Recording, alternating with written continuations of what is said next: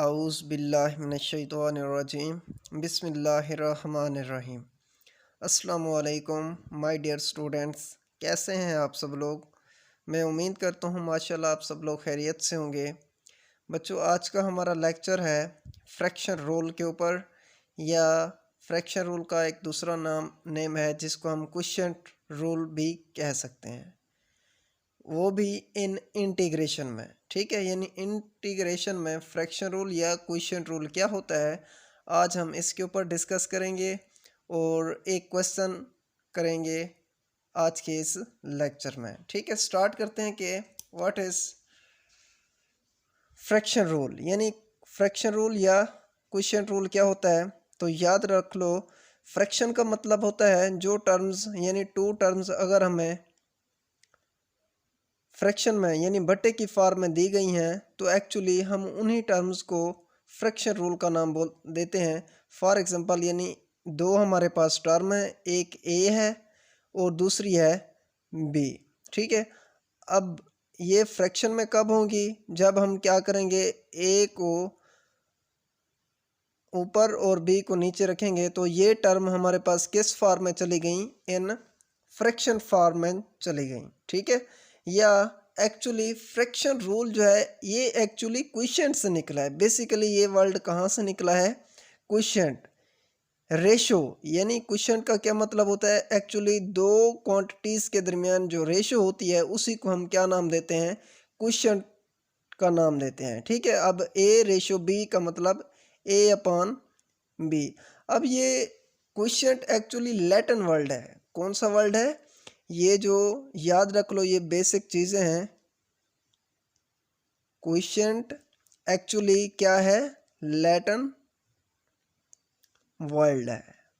समझ आ गई। और इसका यानी कि मतलब क्या है, रेशो बिटवीन टू क्वांटिटीज़, दो मिकदारों के दरमियान जो रेशो होती है, ताल्लुक होता है, उनको हम क्वोशिएंट का नाम देते हैं। यानी ए रेशो बी को हम ए अपॉन बी की फॉर्म में भी लिख सकते हैं। इसी को हम एक्चुअली क्वोशिएंट या फ्रैक्शन फॉर्म का नाम देते हैं। अब हम देखते हैं कि इन इंटीग्रेशन में फ्रैक्शन रूल या क्वोशिएंट रूल क्या होता है, तो उसके ऊपर बात करते हैं कि अगर हमें याद रख लो, एक फंक्शन दिया जाए, ठीक है, और यानी एक फंक्शन दिया गया है वो भी बट्टे की फॉर्म में, नीचे वाले फंक्शन का इसको हम क्या नाम देते हैं, डिनोमिनेटर का नाम देते हैं, डिनोमिनेटर।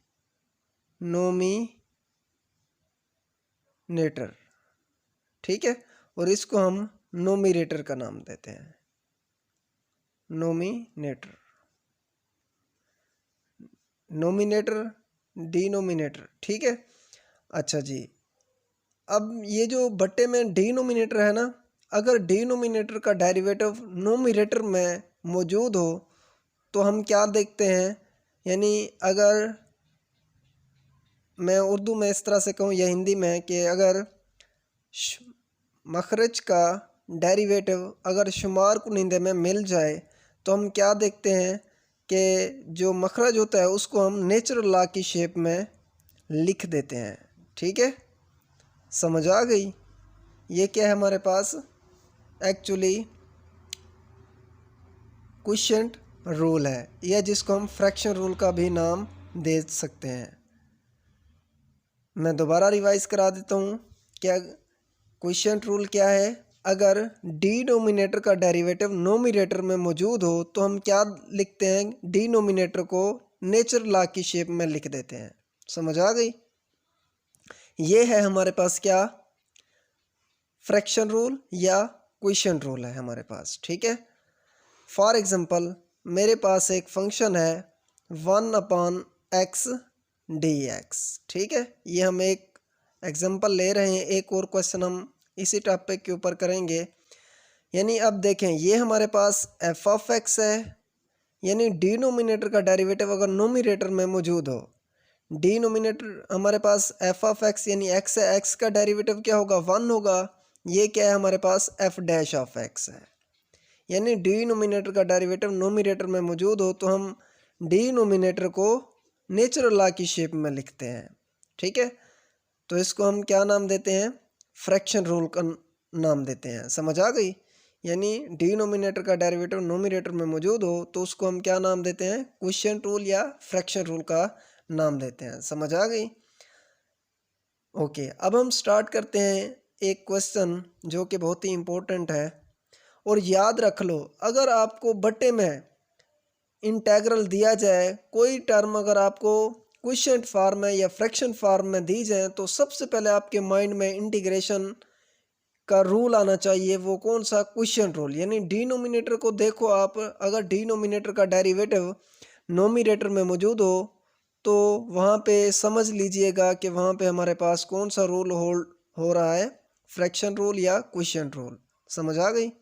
ओके, स्टार्ट करते हैं। अब हम एक क्वेश्चन स्टार्ट करते हैं। ये है हमारे पास एक क्वेश्चन जिसकी स्टेटमेंट ये है कि इवैल्यूएट दिस इंटेग्रल। इवैल्यूएट अब कहाँ से निकला है? वैल्यू से निकला है। वैल्यू का क्या मतलब होता है? कीमत मालूम करना। एवैल्यूएट यानी इस इंटेग्रल की कीमत मालूम करें। ठीक है, तो सबसे पहले देखें, अब हमें ये जो इंटेग्रल दिया गया है बट्टे की शेप में दिया गया ना, फ्रैक्शन रूल की शेप में दिया गया है, फ्रैक्शन रूल में दिया गया है, क्वोशिएंट फॉर्म में दिया गया है। तो आपने क्या करना है? सबसे पहले आपने क्वोशिएंट रूल आपके माइंड में आना चाहिए कि क्वोशिएंट रूल क्या होता था कि डिनोमिनेटर का डेरिवेटिव नोमिनेटर में हम देखते थे। ठीक है, स्टार्ट करते हैं इसका सॉल्यूशन। सॉल्यूशन में आपने क्या करना है? जो टर्म दी जाए उसको आपने वैसे का वैसे आपने लिख देना है। यानी एज गिवन दैट, क्या दिया गया है हमें? ये इंटेग्रल दिया गया है, तो इसको आपने वैसे का वैसे लिख देना है, कोई चेंजिंग वगैरह नहीं करनी। ठीक है, ओके। अब देखें ज़रा, यहाँ पे फ्रैक्शन रूल चेक करें कि डिनोमिनेटर का डेरिवेटिव क्या आता है हमारे पास? X square plus X plus one का 2x प्लस 1 प्लस 0, यानी 2x प्लस 1 डिनोमिनेटर का हमारे पास डेरिवेटिव आ रहा है। ऊपर क्या मौजूद है? 2x प्लस 2 है, यानी 2x प्लस 1 ऊपर मौजूद नहीं है। ठीक है, तो फिर हम क्या करेंगे? नीचे वाले फंक्शन का जो डेरिवेटिव मिल रहा है हमें, हम कोशिश करेंगे ऊपर बनाने की। ठीक है, तो फिर अब वो कैसे बनाएंगे देखते हैं ज़रा इसको। ठीक है, तो आपने एक माइंड में एक बात का ख्याल रखना है कि जो डिनोमिनेटर हो ना, उसका सबसे पहले आपने डेरिवेटिव लेना है। डेरिवेटिव जो भी आ जाए, यानी एक्स स्क्वायर प्लस एक्स का डेरिवेटिव क्या आता है? 2x प्लस 1 आ रहा है हमारे पास। देखें ज़रा, अब यहाँ पे आपने क्या, यानी डिनोमिनेटर का डेरिवेटिव हमारे पास 2x प्लस 1 आ रहा है, लेकिन ऊपर x है, 2 नहीं है इसके साथ। यहाँ पे प्लस 2 है, इसको हम 1 प्लस 1 लिख सकते हैं, लेकिन 2x बनाएंगे। अब वो कैसे बनाएंगे देखें ज़रा। मैं यहाँ पे 2 को मल्टीप्लाई भी कर रहा हूँ और डिवाइड भी कर रहा हूँ इस इंटेग्रल के साथ। ठीक है, x square plus X plus 1 dx। उसके बाद आपने क्या करना है? इस ऊपर वाले 2 को अंदर मल्टीप्लाई कर दें। 1/2, 2x प्लस 4 हो जाएगा। X square plus X plus 1 dx आपके पास आ जाएगा। ठीक है, ओके। 1/2, 2x प्लस, अब देखें 4 को हम क्या लिख सकते हैं? 1 प्लस 3 लिख सकते हैं ना। X square plus X plus 1 dx आ जाएगा साथ में। अब आपने यहाँ पे कौन सा रूल अप्लाई करना है? a प्लस बी, यानी दो टर्म्स आपस में ऐड हो रही हूँ और वो सिंगल टर्म के नीचे डिवाइड हो रही हूँ, तो आपने क्या करना है? उन टर्म को सेपरेट फॉर्म में इस तरह से लिख लेना है। ठीक है, तो अब आपने क्या करना है? ओके, अभी क्या कहा कि अगर दो टर्म्स आपस में ऐड या सब्ट्रैक्ट हो रही हूँ और वो सिंगल टर्म्स के नीचे डिवाइड हो रही हूँ, तो ऊपर वाली दो टर्म्स को हम सेपरेटली फॉर्म में लिख सकते हैं डिनोमिनेटर को। ठीक है, तो अब यहाँ पे क्या करेंगे? 2x प्लस 1 को हम a का नाम देंगे, फिर प्लस 3 को हम b वाली टर्म्स का नाम देंगे। ठीक है, अब ये जो नीचे वाली टर्म है ये कम्प्लीटली क्या है? c है हमारे पास। तो आपने क्या करना है यहाँ पे? 1/2 2x plus 1 upon x square plus X plus 1, फिर plus 3/x² plus x plus 1 dx। ठीक है, आपने इस तरह से डिनोमिनेटर को सेपरेट फॉर्म में लिख देना है। उसके बाद क्या करना है आपने, क्या करना है, इस इंटीग्रेशन को आपने सेपरेट लिख देना है। 1/2 2x plus 1 x² plus x plus 1 dx plus इस 1/2 को भी इसके साथ भी मल्टीप्लाई कर दो, इसके साथ भी, with integration 3/x² plus x plus 1 dx। ठीक है, ओके। अब यहाँ पे देखें ज़रा, अभी मैंने आपको स्टार्ट में फ्रैक्शन रूल बताया कि अगर डिनोमिनेटर का डेरिवेटिव नोमिनेटर में मौजूद हो तो उसको हम किस फॉर्म में लिखते हैं। सबसे पहले देखें x² प्लस x प्लस 1 का डेरिवेटिव क्या आ रहा है, 2x प्लस 1 आ रहा है, जो कि नोमिनेटर में हमें मिल रहा है। तो इसको किस फॉर्म में लिखेंगे, नेचुरल लॉग की फॉर्म में लिख देंगे। ठीक है बच्चों, ओके। Plus 1/2 3/x²। अब देखें इसमें हम क्या करेंगे, सोचो ज़रा। अब यहाँ पे इसका फार्मूला हम बनाएंगे, क्योंकि नीचे वाली टर्म्स का डेरिवेटिव ऊपर हमें नहीं मिल रहा, ऊपर तो एक कांस्टेंट टर्म है।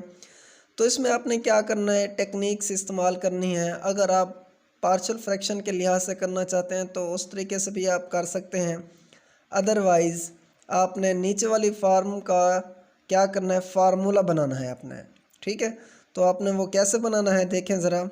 x² प्लस x प्लस, अब 1 है आगे, 1 को मैं इस फॉर्म में लिख सकता हूँ 1/4 प्लस 3/4, यानी कि इसको इसमें ऐड करें तो हमारे पास क्या आ जाएगा, अगेन 1 आ जाएगा। यानी 1/4 प्लस 3/4 को हम ऐड करते हैं, इनका एलसीएम लेते हैं तो 4 आता है। 1 प्लस 3 4, यानी डिनोमिनेटर अगर सेम हो तो ऊपर वाले टर्म को, नोमिनेटर को आपस में प्लस कर देते हैं। 1 प्लस 3 4/4, अगेन हमारे पास 1 आ जाएगा। यानी कहने का मतलब यह है कि 1 को हम इस फॉर्म में लिख सकते हैं। ठीक है, ओके। अब आपने आगे क्या करना है, natural log x² plus x plus 1/2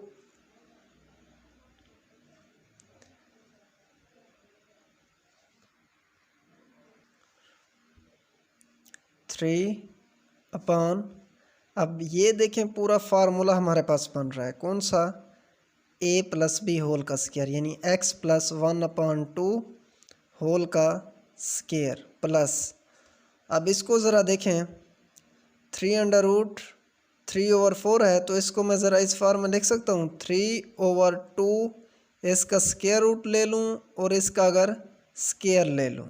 ठीक है, यानी इसका स्क्वायर लूँ होल का तो स्क्वायर से ये अंडर रूट कैंसिल हो जाएगा, दोबारा 3 आ जाएगा, 2 का स्क्वायर अगेन हमारे पास 4 मिल जाएगा। ठीक है, इसका स्क्वायर ओपन करो, x का स्क्वायर प्लस 2a भी होता है, 2 से 2 कैंसिल हो जाएगा, x आ जाएगा, प्लस b का स्क्वायर 1/2 का 1/4 आ जाएगा। समझ आ गई, okay. Natural log x² plus x plus 1 plus, अब इस 3 को इधर ले लो, 3/2, अब यहाँ पे 1/x प्लस 1/2 होल का स्क्वायर प्लस 3/2 होल का स्क्वायर रूट dx आ जाएगा। ठीक है, अब यहाँ पे एक फार्मूला हम पढ़ चुके हैं, वो कौन सा फार्मूला है हमारे पास, कि अगर हमें फ्रैक्शन फॉर्म में दिया जाए कोई भी फैक्टर, यानी इस फॉर्म में वेरिएबल का स्क्वायर प्लस कांस्टेंट का स्क्वायर हो, तो उसको हम कैसे लिख सकते हैं, 1/, उसकी इंटीग्रेशन होती है 1/a tan inverse x/a plus c। समझ आ गई, 1/x² प्लस a² या a² प्लस x², ये पहले आ जाए या बाद में आ जाए, तो इसकी इंटीग्रेशन क्या होती है, 1/a tan inverse x/a plus c होती है। ठीक है, ओके। अब यहाँ पे देखें वही फॉर्म बन रही है हमारे पास, तो इसकी इंटीग्रेशन क्या होगी, इसको आप वैसे का वैसे लिख दें, natural log x² plus x plus 1 +3/2। अब देखें इसकी इंटीग्रेशन क्या आ जाएगी, 1/3/2 tan इनवर्स x/a। x हमारे पास क्या है, x + 1/2/3√2 आ जाएगा। समझ आ गई, यानी x ये ऊपर वाली टर्म x है, ये नीचे वाली टर्म क्या है, a का स्क्वायर था, a आ गया, फिर प्लस सम कांस्टेंट c। समझ आ गई, ये है इस फ्रैक्शन फॉर्म जो हमारे पास इंटेग्रल दिया गया था उसकी है ये हमारे पास इंटीग्रेशन। अब आगे क्या करना है, आगे सिंपलीफिकेशन सिंपल आपने करनी है, वो बहुत ही आसान है। अब हम उसको देख लेते हैं, ठीक है। Okay, natural log x² + x + 1 plus, अब ये बट्टे का बट्टा है, नीचे वाली अगर 3 टर्म आपस में डिवाइड हो रही हूँ, कैसे, यानी ऊपर वाली एक टर्म, फिर दूसरी, फिर तीसरी, तो तीसरी जो टर्म होगी वो पहली टर्म के साथ क्या हो जाएगी, मल्टीप्लाई हो जाएगी। 3/2 tan इनवर्स, ऊपर वाली टर्म का आपस में एलसीएम ले लें, एलसीएम 2 आ जाएगा, 2x + 1/3√2 आ जाएगा, ठीक है। S2 से ये वाला 2 क्या हो जाएगा, कैंसिल हो जाएगा, S2 से ये वाला 2 क्या हो जाएगा, कैंसिल हो जाएगा। नेचुरल लॉग x² + x + 1 फिर प्लस 3/3√tan इनवर्स 2x + 1/3√, ठीक है, ये हमारे पास आ जाएगी, प्लस सम कांस्टेंट c भी था हमारे पास। ओके, अब आपने क्या करना है, नेचुरल लॉग x + 1 प्लस, अब 3 को हम 2 टाइम स्क्वायर रूट की शेप में लिख सकते हैं, ठीक है, यानी a को हम सिंपल a को हम 2 टाइम्स स्क्वायर रूट की शेप में लिख सकते हैं, ये इसका प्रूफ है, ठीक है, यानी left hand side right hand side आपस में इक्वल है। tan इनवर्स 2x + 1/3√2 आ जाएगा आप लोगों के पास, ठीक है। अब 3√2 से 3√2 कैंसिल हो जाएगा, natural log x² + x + 1 plus 3√2 tan inverse 2x + 1/3√2 आ जाएगा, ठीक है। ये हमारे पास क्या है बच्चों, सॉल्यूशन है गिवन इंटीग्रल का। समझ आ गई। ओके, अब आपने इसको करना किस तरह से है, मैं आपको दोबारा रिवाइज करा देता हूँ। यानी कोई भी अगर आपको इंटीग्रल फ्रैक्शन फॉर्म में दिया जाए तो सबसे पहले आपने माइंड में फ्रैक्शन रूल यानी क्वेश्चन रूल माइंड में लाओ, ठीक है। यानी देखो, चेक करो, अगर वो होल्ड होता है तो वही अप्लाई करो, अगर नहीं होता तो उसको मज़ीद यानी सिंप्लीफाई करने के लिए आप पावर शेप में ले जाएं, यानी डिनोमिनेटर को नोमिनेटर में ले जाएं, तो उससे क्या होगा, आपके पास सॉल्यूशन फाइंड आउट हो जाएगा, यानी वो इंटीग्रल इवेल्युएट हो जाएगा। अब यहाँ पे हम अगर डिनोमिनेटर को ऊपर भी ले जाते तो हमारा सॉल्यूशन सॉल्व ना हो पाता, तो फिर हमने क्या किया, नीचे वाली शेप ऊपर बनाने की कोशिश की है, ठीक है। इसी तरह से यानी फ्रैक्शन रूल होल्ड कराया है, तो कुछ हमने सिंप्लीफिकेशन की, कुछ चीज़ें ऐड की, सब्ट्रैक्ट की, और बाद में हमने 2 को क्या किया, फिर पहले मल्टीप्लाई भी किया, डिवाइड भी किया, इसी तरह से हमारे पास क्या बन गया, फ्रैक्शन रूल बन गया। समझ आ गई। तो ये क्वेश्चन बहुत ही आसान है, आपने परेशान नहीं होना। अगर कोई भी स्टेप आपको दोबारा समझ नहीं आया आज के इस लेक्चर में तो मज़ीद आप मुझे कमेंट्स में बता सकते हैं। ओके, अस्सलाम वालेकुम। अपना ख़याल रखें और अपने घर वालों का भी ख़याल रखें।